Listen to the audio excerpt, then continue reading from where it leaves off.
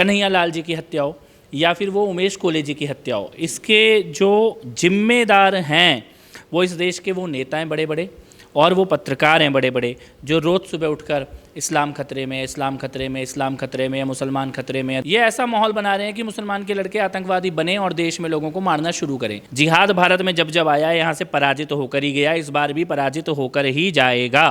कोई ये सोचे कि देश संविधान से नहीं चलेगा, शरीयत से चलेगा, ये बोलने पे गर्दन काट दे जाएंगे, वो बोलने पे मार दिया जाएगा, कोई उसके ऊपर बच्ची के ऊपर इनाम रख रहा है, कोई उसकी ये नहीं चलेगा ना, ये चलने देंगे। नुपुर शर्मा से पहले सीए के नाम पे दंगे किए जा रहे थे, उसके बाद हिजाब के नाम पे दंगे किए जा रहे थे, बेंगलोर में किसी की फेसबुक पोस्ट के नाम पे दंगा कर दिया गया, अभी नुपुर शर्मा के नाम पे कर रहे, कल जनसंख्या नियंत्रण कानून के नाम पे करेंगे, परसों यूनिफॉर्म सिविल कोड के नाम पे करेंगे, तो इसका कोई अंत थोड़ी है। राजस्थान और महाराष्ट्र की जघन्य घटना में अपराधियों की धरपकड़ लगातार जारी है। घटना के तार कई अपराधियों से जुड़े हैं। आज इन सभी मुद्दों पर बात करने के लिए हमारे साथ बीजेपी नेता कपिल मिश्रा जी हैं। सर, बहुत बहुत स्वागत है आपका, धन्यवाद कि आपने हमें समय दिया। सर, सबसे पहला मेरा सवाल ये होगा कि दोनों घटनाएं आपस में बहुत मिलती हैं। नुपुर शर्मा के समर्थन में महाराष्ट्र में भी और राजस्थान में भी गर्दन काट दी जाती है। किस तरीके की मानसिकता है, कैसे देखें? जिहादी मानसिकता है, जिहाद की जो आइडियोलॉजी है वही इसके पीछे है। इसको आप तालिबानी बोल सकते हैं, जिहादी बोल सकते हैं, कट्टर इस्लामिक सोच बोल सकते हैं। भारत को इस्लामिक राष्ट्र, संविधान से ना चले, देश शरीयत से चले, उस सोच को भारत में थोपने की कोशिश है। और ये दोनों मिलती जुलती घटनाएं नहीं हैं, ये दोनों एक ही घटनाएं। भारत में जहाँ पर भी धर्म के कारण हिंदुओं की हत्या हो रही है, ये सारी घटनाएं एक दूसरे से जुड़ी हुई हैं। इसीलिए अब जांच एनआईए के पास गई है। एनआईए ही जांच कर रही है उदयपुर की, एनआईए ही जांच कर रही है अमरावती की, और एनआईए ही जांच कर रही है गुजरात में जो हुआ। तो इस प्रकार से आप ये समझिए, ये एक तरह से आतंकवाद का नया स्वरूप है, जिसमें आप लोगों को डराना चाहते हैं, दहशत फैलाना चाहते हैं। एक को मारो और 1 लाख को डराओ, वीडियो बनाकर, मैसेज देकर, उस दिशा में ये काम कुछ लोग कर रहे हैं। सर, क्या मानते हैं कि राजस्थान में घटना को अंजाम देने के बाद एक क्लिप बनाई जाती है, उसमें प्रधानमंत्री को भी टारगेट किया जाता है? कौन कौन सी शक्तियां इनके पीछे हैं ऐसे लोगों के? देखिए, ये जो मारने वाले लोग हैं ये तो कठपुतली हैं, ये कठपुतली हैं। जैसे कोई सुसाइड बॉम्बर हो तो ये कठपुतली हैं, इनका काम है आना मारना। जो इनको कहा गया, इनके जो बॉस होंगे, मास्टरमाइंड होंगे, उन्होंने जो कहा इन्होंने ये किया। असली इनके पीछे कौन लोग हैं? आतंकवादियों की इस देश में भर्ती हो, आतंकवाद के लिए इस देश में माहौल बने, इस देश में तालिबानी मानसिकता जो है ये सेटल करे मुस्लिम समाज के अंदर, इसके लिए कौन काम कर रहा है? इसीलिए मैं बार बार एक बात कह रहा हूँ कि चाहे वो कन्हैया लाल जी की हत्या हो या फिर वो उमेश कोले जी की हत्या हो, इसके जो जिम्मेदार हैं वो इस देश के वो नेता हैं बड़े बड़े, और वो पत्रकार हैं बड़े बड़े, जो रोज़ सुबह उठकर इस्लाम खतरे में, इस्लाम खतरे में, इस्लाम खतरे में, या मुसलमान खतरे में, या देश में मुसलमानों के ऊपर बहुत अत्याचार हो रहा है। क्योंकि ये जो नेता हैं और ये जो पत्रकार हैं, ये एक तरह से देश में आईएसआईएस, अलकायदा, जिहादी, इनके रिक्रूटमेंट का माहौल बना रहे हैं। ये ऐसा माहौल बना रहे हैं कि मुसलमान के लड़के आतंकवादी बने और देश में लोगों को मारना शुरू करें। इसीलिए ये रोज़ सुबह उठ के क्या बोलते हैं? मुसलमान खतरे में है, देखो मुसलमानों के ऊपर अत्याचार हो रहा है, देखो इस देश में मुसलमानों को आज़ादी नहीं है। तो ऐसे सभी नेता और ऐसे सभी पत्रकार, उनके हाथ रंगे हुए हैं कन्हैया लाल जी के खून से और उमेश कोले जी के खून से। सर, मेरा एक सवाल ये भी है कि दोनों घटना में हमने देखा कि महाराष्ट्र में एक 15-16 साल से दोस्त शामिल होता है, और कन्हैया लाल जी के मर्डर में जो राजस्थान का मर्डर है उसमें उनकी सामने वाली दुकान वाला होता है। तो क्या ये करीबियों का रोल क्या है? देखिए, चाहे तो आतंकवाद पाकिस्तान से आ रहा हो, या आईएसआईएस से आ रहा हो, या अलकायदा से आ रहा हो, या जाकिर नाइक के वीडियो देखकर आ रहा हो, कहीं से भी आ रहा हो, लास्ट में जो कनेक्शन है, लास्ट में जो कारण है, वो कोई ना कोई जानने वाला, संबंधी, पड़ोसी, उसी मोहल्ले में रहने वाला। ये हमने दिल्ली के दंगों में देखा, ताहिर हुसैन वहीं रहता था, जनप्रतिनिधि था, लेकिन छत में बम रखे हुए था, पत्थर रखे हुए था, गुलेल रखे हुए था। तो पाकिस्तान या आतंकवाद हमारा कुछ नहीं बिगाड़ सकता अगर हमारे पड़ोस में बैठा हुआ कोई गद्दारी ना कर रहा हो, कोई मिला हुआ ना हो, कोई जानबूझकर हत्या की। और कश्मीरी पंडितों के साथ भी यही हुआ। तो आप ये देखें कि ये बहुत पुराना सिलसिला है, और हमें इस बात से सजग, अलर्ट रहना ही होगा कि हमारे आसपास कोई जिहादी मानसिकता या आतंकी कनेक्शन, या जो हमारे से मिलने के लिए आ रहा है, उसकी नीयत क्या है, ये तो समझना पड़ेगा। आप दोनों राज्यों में पीड़ित परिवार से मिले, दोनों को आर्थिक मदद भी दी, क्या कहा आपसे जो परिवार है, परिवार वालों ने क्या कहा, क्या उनके हालात थे? देखिए, आर्थिक मदद तो सब लोगों ने मिलकर की है, पूरी दुनिया से लगभग 14,000 लोगों ने पैसा इकट्ठा किया है। 1 करोड़ रुपए की मदद कन्हैया लाल जी के परिवार के पास गई है। 30 लाख रुपए की मदद उमेश कोल्हे जी के परिवार के पास गई है। ईश्वर जी को भी हम 25 लाख रुपए देने जा रहे हैं। जो कांस्टेबल घायल हुए उनको 5 लाख रुपए देने जा रहे हैं। लेकिन परिवार बिल्कुल मानसिक दुख में है, संकट में है। लेकिन एक बात मैं कहना चाहता हूँ कि हमने ऐसे वीर साहसी बलिदानी परिवारों के हम कर्जदार हैं, हम ऋणी हैं। और उनकी धर्मपत्नी से मैं मिला, कन्हैया लाल जी की, उमेश कोल्हे जी की धर्मपत्नी से मिला, बेटों से मिला। मैंने शायद ऐसे वीर बालक, मुझे गर्व है उनके परिवारों के ऊपर जो इस संकट का भी सामना कर रहे हैं। लेकिन उसके बावजूद भी आंखें ज़रूर उनकी नम हैं, लेकिन मन चट्टान सा मजबूत है। और पूरा देश ऋणी है इन बलिदानियों का, इनके परिवारों के साहस का। और इसीलिए हम लोग उस ऋण को तो चुका नहीं सकते, ना जो गए हैं उनको वापस ला सकते, लेकिन अपना छोटा सा कर्तव्य पूरा कर पाएँ, परिवारों को कमज़ोर ना पड़ने दे, अकेला ना पड़ने दे, उस संकल्प के साथ काम कर रहे हैं। अभी भी व्हाट्सएप पे जो कोई स्टेटस लगा रहा है या सोशल मीडिया पे कोई नुपुर शर्मा का समर्थन कर रहा है, धमकियां मिल रही है, आपको भी धमकियां मिली है। पहले तो सोशल मीडिया पे जो धमकी मिल रही है उसके बारे में जानना चाहूँगा और फिर आप। नहीं, देखिए, इन लोगों का एजेंडा है दहशत पैदा करना, डराना। एक को मारो और 1 लाख को डराओ, वीडियो बना के, धमकी दे के, व्हाट्सएप पे करके। तो मैं तो ये कहना चाहता हूँ, ये ना हमें डरा सकते, ना ये हमें हरा सकते। जिहाद भारत में जब जब आया, यहाँ से पराजित होकर ही गया, इस बार भी पराजित होकर ही जाएगा। इनके पास विजय का कोई भारत की पुण्य भूमि में जिहाद कभी नहीं जीत सकता, किसी स्वरूप में नहीं जीत सकता, ये निश्चित है। इसके बाद किसी को धमकी दी है, देखो, सुरक्षा जरूर जिन परिवारों को जो उदयपुर में है, अमरावती में है, जिनकी पुलिस तक, जिनकी आवाज़ नहीं जाती, सत्ता तक आवाज़ नहीं जाती, उन तक भी सुरक्षा पहुंचनी चाहिए, सुनिश्चित होना चाहिए। और धमकी देने वालों को धरपकड़ गंभीरता के साथ। पुलिस को ये समझना होगा, ये ग्लोबल जिहाद से लड़ाई है, छोटे मोटे अपराधियों से लड़ाई नहीं है। और हर राज्य की पुलिस को ये बात को समझना होगा। आपको धमकी मिली है क्या? आपको किसी प्रकार की सुरक्षा मिली, या धमकी से आपने वीडियो में बोला कि मैं डरता नहीं हूँ किसी से? नहीं, कुछ है भी नहीं। देखिए, इस प्रकार की धमकियों से ना हम डरने वाले हैं, ना हम रुकने वाले हैं। पुलिस को संज्ञान में है मामला, सुरक्षा एजेंसियाँ अपने आप पकड़ेंगी जिसने भी ये किया होगा। लेकिन इस धमकी के बाद तो ये अभियान और तेज होगा, लोगों का साथ देने का, मदद करने का, किसी कोई कमज़ोर ना पड़े कोई, ये रुकने वाले नहीं हैं हम लोग, और तेज़ी से। क्योंकि दहशत का केवल एक एजेंडा होता है, केवल एक हथियार होता है, भय पैदा करना। यही उनका एकमात्र टूल है और यहीं पर उन्हें पराजित करेंगे। हम में से कोई नहीं डरने वाला। भारत का कोई बच्चा, कोई बच्ची इन जिहादियों से ना डरता है, ना डरेगा, ना हारेगा। पार्टी से आप भी हैं, तो मेरा एक सवाल ये है कि नुपुर शर्मा जी के बयान को आप किस तरीके से देखते हैं पार्टी से? नहीं, देखिए, पार्टी है तो पार्टी का अनुशासन भी है। तो अगर आप ये मेरे से सोच रहे हैं कि मैं उस अनुशासन से बाहर जाके कोई रिएक्ट दूंगा, तो ये कभी भी नहीं होने वाला। लेकिन मेरा ये मानना है कि भारत में एक संविधान है, कोई चीज़ सही है या गलत है ये भारत का कोर्ट तय करेगा।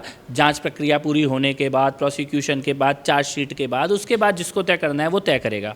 कोई ये सोचे कि देश संविधान से नहीं चलेगा, शरीयत से चलेगा, ये बोलने पे गर्दन काट दे जाएंगे, वो बोलने पे मार दिया जाएगा, कोई उसके ऊपर, बच्ची के ऊपर इनाम रख रहा है, कोई उसकी ये नहीं चलेगा, ना ये चलने देंगे।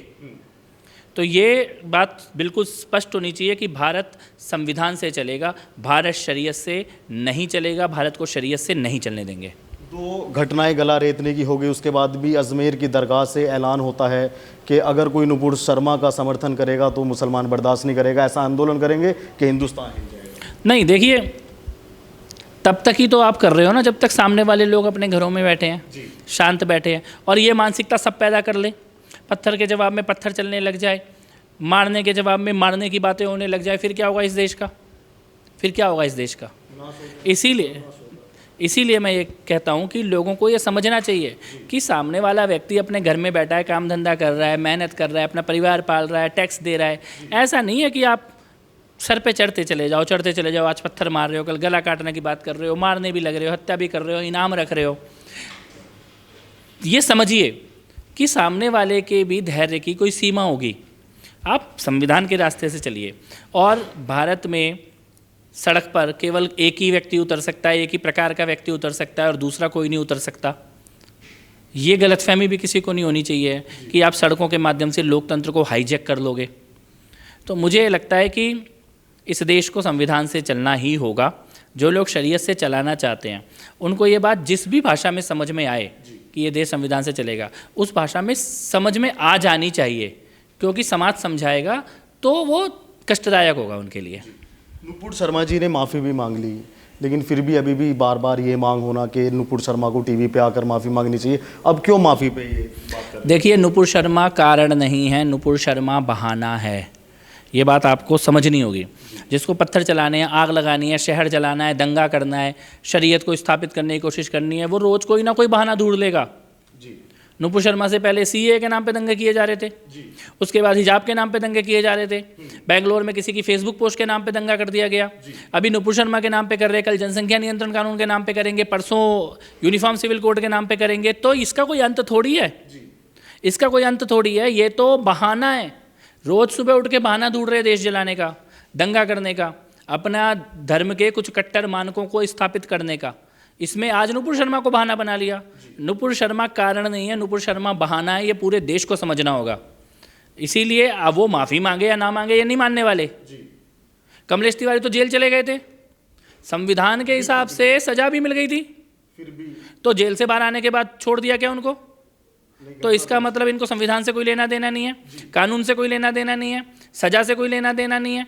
माफ़ी से क्या मानेंगे जो जेल से नहीं माने। ये शरीयत स्थापित करना चाहते हैं जो इस देश में कभी नहीं होगी। आपकी पार्टी पे ये आरोप लगता है कि जब से 2014 के बाद बीजेपी आई है या मोदी जी आए हैं, तब से भाईचारा खत्म हुआ है। इससे पहले तो एक प्लेट में खाना खाते थे हिंदू मुस्लिम। हाँ, सही बात है। एक ही प्लेट में खाते खाते 2 देश बन गए, फिर 3 देश बन गए। एक ही प्लेट में खाते खाते डायरेक्ट एक्शन डे हो गया था। एक ही प्लेट में खाते खाते कश्मीरी पंडितों को घाटी छोड़कर जाना पड़ा, टेंटों में आ गए जिनके अपने बगीचे होते थे सेब के। एक ही प्लेट में खाते खाते मोपला हो गया था। तो एक ही प्लेट में खाते खाते मुजफ्फरनगर में और मेरठ में, एक ही प्लेट में खाते खाते गोधरा में ट्रेन जला दी गई थी। तो वो कौन सी प्लेट है? उसको बंद करो किसी अलमारी में भाई। ऐसी प्लेट में इस देश ने अब खाना छोड़ दिया है। घटनाएं देखने को मिलती हैं राजस्थान और महाराष्ट्र के अंदर।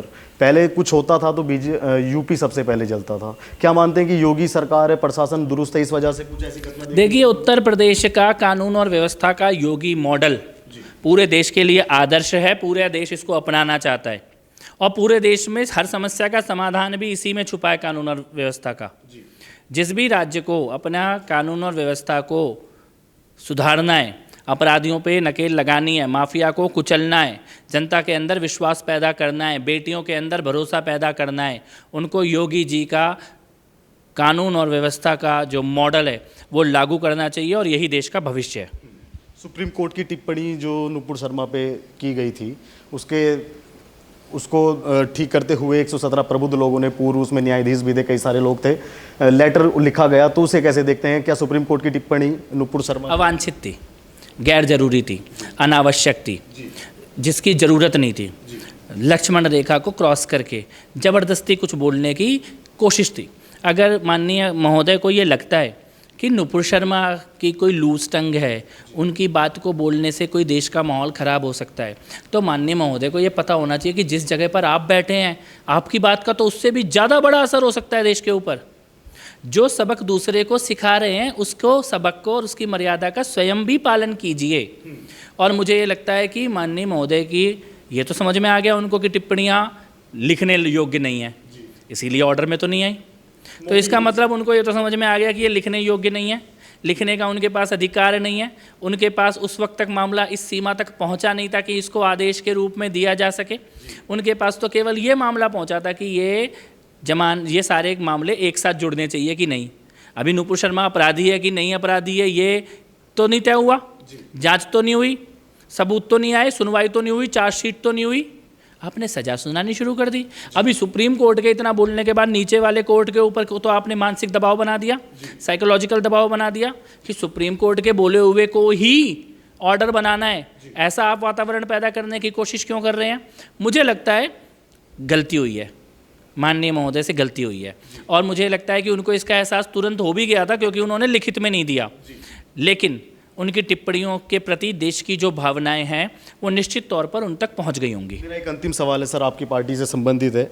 अशोक गहलोत जी का कहना है या कुछ जो कांग्रेसी उनका कहना है कि अशोक गहलोत जी ने ऐलान कर दिया कन्हैया लाल जी के बेटों की नौकरी के लिए, लेकिन कमलेश तिवारी के लिए अभी बीजेपी ने कोई ऐलान नहीं किया उनसे। देखिए, मैं आपको एक बात ये कहना चाहता हूँ कि अशोक गहलोत जी की सरकार को 10 दिन पहले से पता था कि कन्हैया लाल जी की हत्या होने वाली है।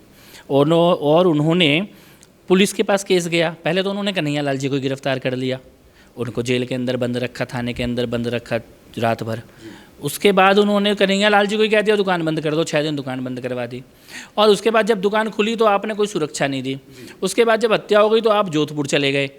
उसके बाद जब आपको लगा कि पूरे समाज का दबाव है तो आप हत्यारे तो पकड़े जाने ही थे, उन्होंने तो खुद ही अपना वीडियो बनाया था, उन्होंने तो खुद ही वीडियो बनाया था, तो फिर वो तो पकड़े ही जाने थे। लेकिन इसके अलावा समाज में विश्वास पैदा हो कि सरकार अपराधियों के साथ नहीं खड़ी, आतंकवादियों के साथ नहीं खड़ी, जिहादियों, जो उनकी पुलिस ने परसों बोला अजमेर के खादिम को कि ऐसा बोल कि नशे में है तो बच जाएगा। इसमें सरकार की नीयत क्या है फिर, पुलिस की नीयत क्या है फिर? इसके ये वाला नीयत का सवाल क्या उत्तर प्रदेश के ऊपर उठ सकता है क्या, उठाया जा सकता है क्या? बस यही जवाब है। और इसी कारण जनता को योगी जी पर भरोसा है और गहलोत जी पे भरोसा नहीं है।